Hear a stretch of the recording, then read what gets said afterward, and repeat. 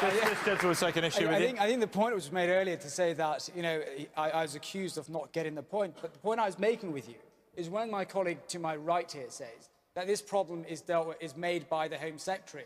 What I'm saying to you is, look, the issue of radicalisation and extremism hasn't happened over the last 4 years. It's been going on for a very long time. Bombing Afghanistan, really, not at all. It's been going on over a very long time, and under successive governments, it has to be dealt with. And the first duty of the state, whether it's a Labour government or a Conservative government, and God forbid a Lib Dem-led government, is to protect its citizens. That's your first duty. And I'm sorry, you may disagree with a foreign policy, but you have no reason to take up arms in another country. If you let me, let me finish. Hang on, Nelifer. Let me finish. I think the idea is if you want to bring about change, you cannot use violence to do that. We have a system in our country. It's about democratic means. You elect members of parliament. Now, hang a minute. Look, hang a minute. You can't just shout at me from there. If you want to, look, I'll hear you. You hear me. That's democracy. The fact is, you elect members of parliament to go there, you know, with the views. You ask them those questions that you have election time. Yeah, no, but you're not in my constituency. You're not in my constituency. He was elected. You're not in my constituency. I'm elected. I'm not in your constituency, though. I can only talk Well, if you don't believe in the democratic system, what can I say? You dislike it, but can you live with it? Yeah, or persuade the other person that they actually really like it. Yeah, and I would say, look, at the end of the day, if you've got Tinder, which I know people have used, I've heard of it. Tinder.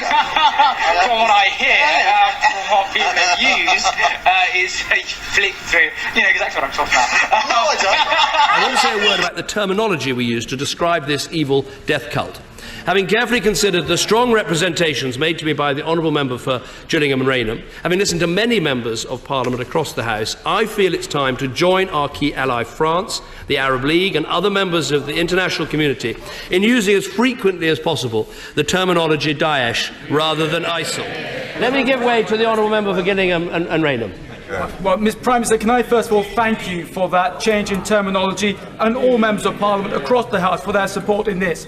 Will the Prime Minister join me in urging the BBC to review their bizarre policy when they wrote to me to say that they can't use the word Daesh because it would breach their impartiality rules?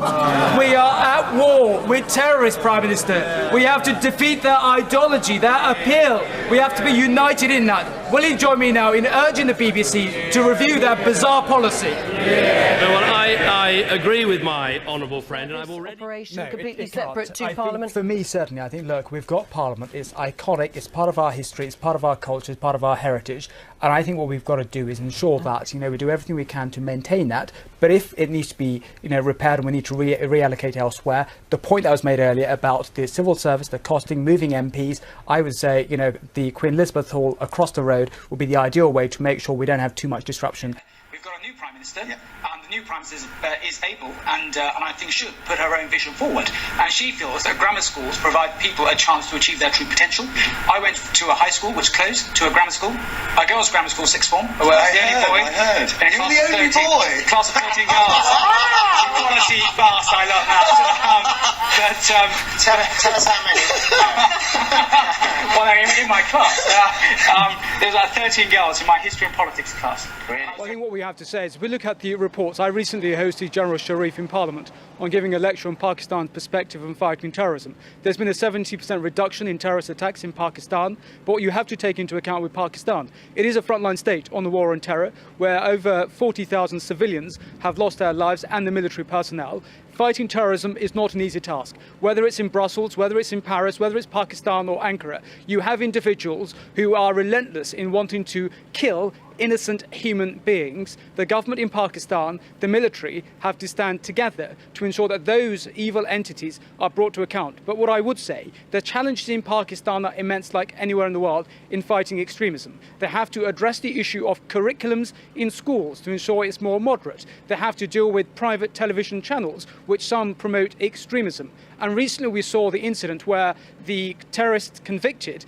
Qadri was executed, and you had people being able to come on the street, extremists, you know, and carry out rallies. That should have never happened. Today, that's in relation to one aspect of the strategy. The Prime Minister has called it Daesh first. But what we have in Syria is two evil entities, Assad and Daesh. And we haven't heard from the Prime Minister in relation to how we will address the other evil entity of Daesh, and equally the 70,000, Free Syrian Army forces. Well, these are the same forces which were being bombed day in, day out by the Russians not long ago. And the question about will they stand up now with the international community, with us, to defeat Daesh? So there are a number of issues, number of questions, and of course the post-conflict situation about transition to democracy in Syria, learning lessons from Libya. So there are a number of questions which I need to go away, look at, speak to my constituents about before I make my final decision. Thank you, Mr. Speaker. Prime Minister, I applaud the government's continued commitment to infrastructure development, with 6,000 projects in the pipeline worth £480 billion. Can the government quickly and speedily take forward the Lower Thames crossing and extra investment in Kent roads, which will help provide more homes, jobs, businesses, and help people in Kent, Medway, and the Thames Gateway area? I'm grateful to my honourable friend, and I'm grateful to him for recognising the contribution that the government's made in increasing investment in infrastructure, the importance of that investment. We have consulted on proposals around a Lower Thames crossing. There were more than 47,000 responses to that consultation. Those are now being considered, and my right honourable friend, the Secretary of State for Transport, will make his response to that consultation in due course. Well, look, what we have to realise is that these strikes are completely unjustifiable, and they're wrong. Why are they unjustifiable? Why are they wrong? Well, they're carried out on a mandate 2 years ago, and also if you look at the NUT, only 27% turnout of the people who wanted to strike. That is completely wrong. Laws have to change in relation to strike action, because what happens is it disrupts people's daily lives. For example, today people can't go to work because they have to look after their children or get childcare, and also affects our economy. It's wrong. And what I would say about Labour, Ed Miliband made it quite clear that he would support the government in dealing with public sector pay to deal with our deficit. However, because the unions made him the leader, because the unions pick his policies, because the unions pick his candidates, he can't stand up to them. Used by a non-legally binding referendum that MPs have chosen to follow. Well, look, what I would say in terms of how MPs reach their decisions, a matter for them. For me, it isn't if you get a three-line whip, is it? Well, and that's where you take a principal position. I'll give you my example.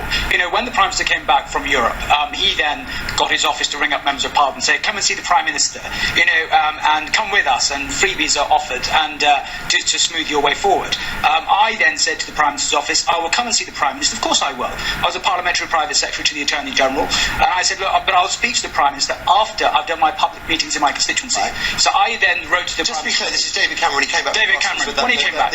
Wonderful job written on the back of the fag packet. Where he came back with absolutely nothing. Absolutely nothing. But, to be fair, when they said come and see the Prime Minister, my first duty is to my constituents. Interesting. So I wrote to the Prime Minister's office in April saying, I've now more or less completed my public meetings, town hall meetings, around the constituency, and it was a clear 65% out. What would you have done? Rehman, what would you think? Do you think the Queen, Her Majesty, should make Jonathan saying he's a racist? He is the elected head of state to be of the world's biggest democracy. I think there's something different called when you're running for office and when you're in office in terms of the decisions you say. You've been a racist before and you're not a racist after. But what I would say, Jonathan, I agree with you. There was a lot what he said which I totally disagree with.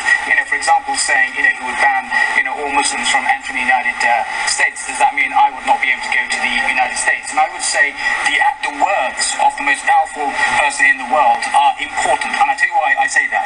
Those words created a perception of war between civilization and Islam, when at the moment there is a war between civilization and evil and death cult. And therefore Daesh looked at those words and we took them further by saying, hey, they don't want you anyway, come to us, in applying to the disillusion who get sucked into this poison ideology.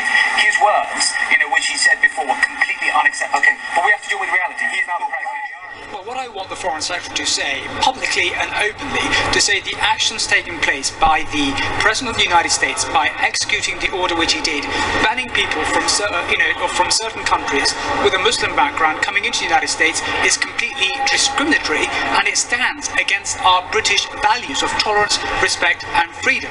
But also, those actions feed into the hands of extremists and terrorists like Daesh and Al-Qaeda, and therefore make our world more of a dangerous place. नौयत की बहस होगी Certainly, मैंने एक speaker साहब की parliament को ये कहा है कि मैं एक डिबेट करना चाहता था कि पाकिस्तान और ब्रिटानिया के जो रिलेशनशिप हैं उसके मुताबिक ब्रिटानिया पाकिस्तान की क्या सपोर्ट कर सकता है